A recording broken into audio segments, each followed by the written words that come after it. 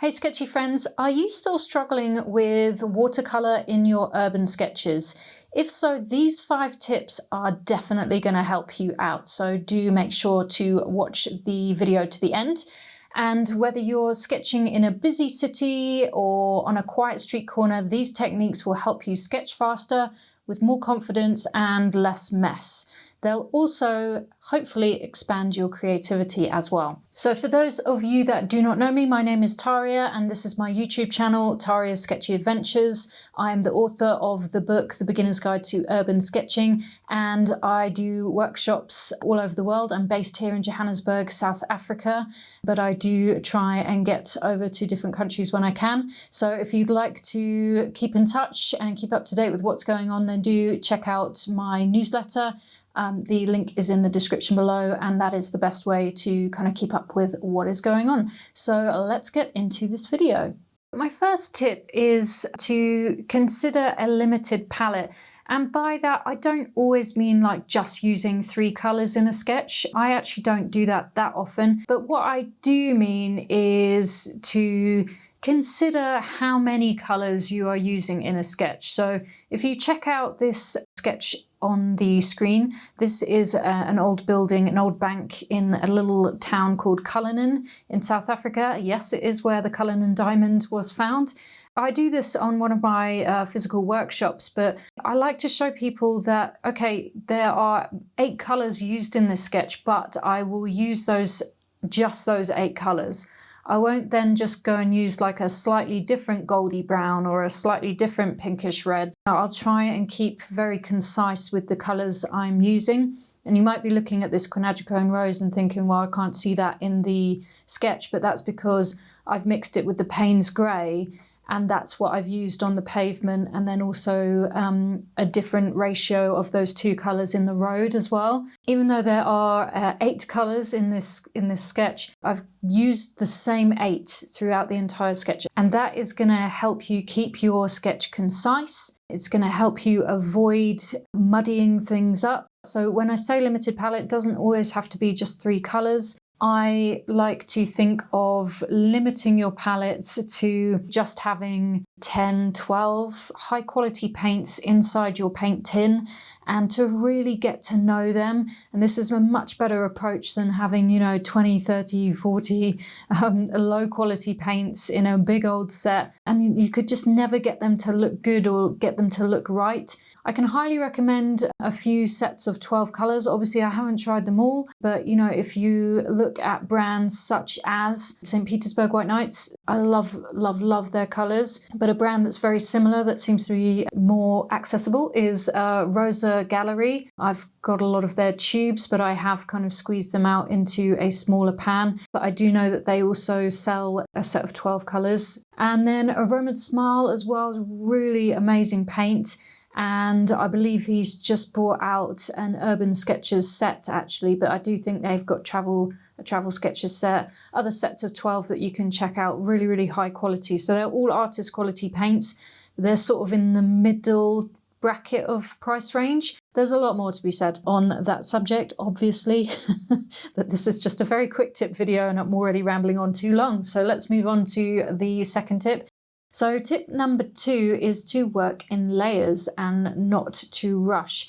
So whilst we're on the subject of watercolor tips, I'd just like to share with you a platform that I've been finding very interesting lately, which is called Artists Academy. I would like to thank Artists Academy for sponsoring this video today. As some of you probably know, I am self-taught and I've just sort of bumbled along over the years and got myself to a position where I feel like I'm relatively proficient at using ink and watercolor, perhaps not watercolor the traditional way, which is why it's really interesting to come to platforms like Artists Academy so that you can learn from other teachers. So for example, there's this great video here, how to create texture with watercolor. And I've learned some really interesting things about using household items on how to create different textures with watercolor, which I think will come in really handy for urban sketching or sketching on location as well. There are courses on all different techniques and subjects, so it's not just watercolor, there's drawing, there's oil painting. There's also some great courses here by familiar names that you may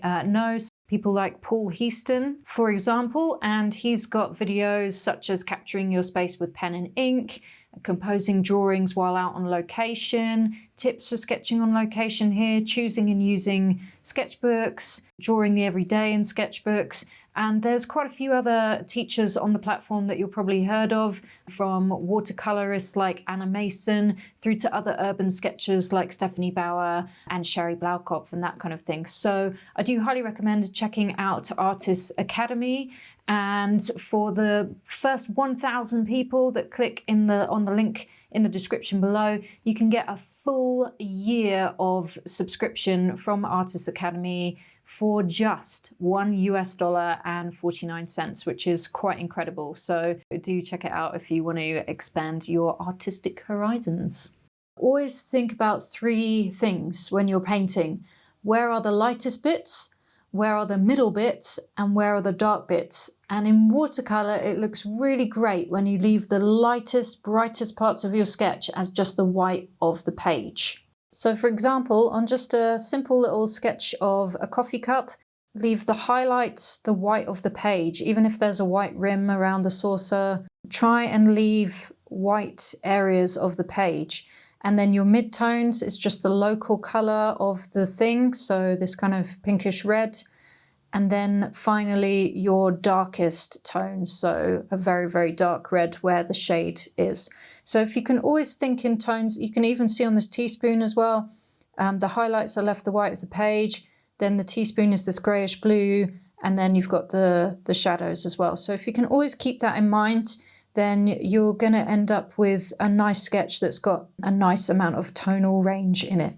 So here's another example. It just seems to be something with me and coffee cups, but it's an easy way to show you what I mean. So I think actually that this cup was white anyway, but leaving the white of the page for the brightest parts, then I decided to do the sort of mid-tones in this greyish blue, probably like a watered down indigo, and then the shadow in the dark indigo here. And you can see how I've really paid attention also here in the marks that the coffee has left behind.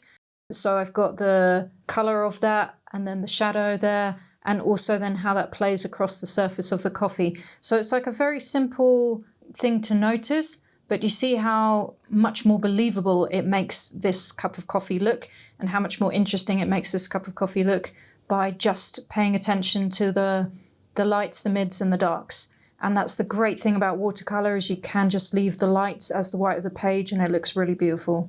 And actually again here on this plant pot, this wasn't actually white. These highlights aren't this bright, but leaving where the light hits white, then the mid-tone, the actual color of the pot, and then a darker version of the color. So if you can just keep those things in mind, you're going to be in a much better position. Okay, so the next tip that I would like to share with you, which is really going to help you add watercolor to your sketches more often, perhaps. Water brushes are the brushes that have that hold the water in the handle. This one does look a bit dirty actually. What's great is you can put water in them, but you can actually put like watercolor in them as well. So you could add a tint to the water in here and use it as like a shading brush, but that's a totally different subject matter. Getting off track. But these brushes, they hold the water in the barrel here, and you squeeze them to bring the water into the brush, and then you can just use them like that. So you don't need a pot of water or anything like that. So they are finicky to get started with. I know I really struggled when I first started using them, and then I really didn't like them or see the point in them. But over the years, I've come to love them again, and I think they're absolutely brilliant for just adding watercolor on the go. So almost all of this Australian travel sketching book was done with a water brush. What's great about them is just for sketching on the move. So I did this whilst waiting at the gate in the airport, and it's like I'm not getting to get out a pot of water and a brush and it just feels like too much. But if I'm sitting down at a table and having a drink and stuff, then maybe I would get out my full stuff. But I think even here, I used the water brush. And it's because there's not huge swathes of washes going on here. It's smaller amounts of watercolour. So they're not great for doing huge amounts of washes and covering large areas. But for painting small, things like food, beverages, or just doing small little sketches like this, they're really, really useful. Here, for example, it was raining, so I just wanted to do something quickly. Again, when you're eating food and stuff, you just want to add colour quickly, then you can do that. I've got a full sketchbook tour of this sketchbook on YouTube, so you are more than welcome to check out the full book.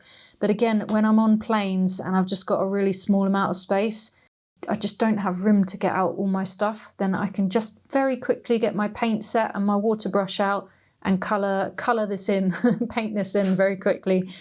Also on the road as well. So here I was in the back of my sister-in-law's car on a bit of a road trip. I'm sure she's not going to appreciate me getting out a pot of water in her brand new car, but she didn't know too much about this brush, so I sat there in the back quietly painting away without any problems.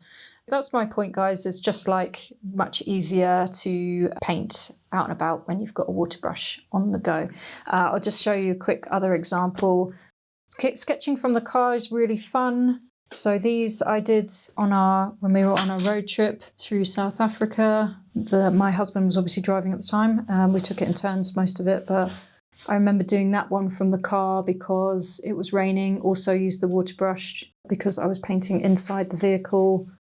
Quite fun, these like wide panoramic ones I did just whilst we were driving along. And what makes that possible is using one of these guys. So I would say buy one from a reputable brand. This one is by Pentel. I don't think I've tried any other ones apart from the Caran d'Ache ones, which I'm not a huge fan of, but these ones, the Pentel ones, are really nice, and it's the broad size. So there's different sizes and that kind of thing. But I do believe Kuretake and other brands are very good as well. I just avoid like the craft, like super cheap craft or children's ones, so that kind of thing. Okay, so tip number 4 is use lost edges or fade details off, and this can really create a nice sense of depth. I'm quite a big fan of trailing sketches off. This is an example from when I visited Stellenbosch last year. And if you don't know, guys, I am leading a trip in the Cape Winelands of South Africa in September 2025. Still a couple of spots left if you'd like to join me. It's going to be super, super fun. So you can see how I've started drawing here, drawing the market scene, and I've just trailed off. And I really like that. I think it leaves something to the imagination, nice bit of white space. I think it's really fun. In this one, you can create a point of focus by not sketching too many details in the background. So it just kind of gives a vague suggestion of all the bits and pieces that are going on back there. This is in the V&A waterfront. So this is somewhere that we are visiting on our trip to the Cape Winelands.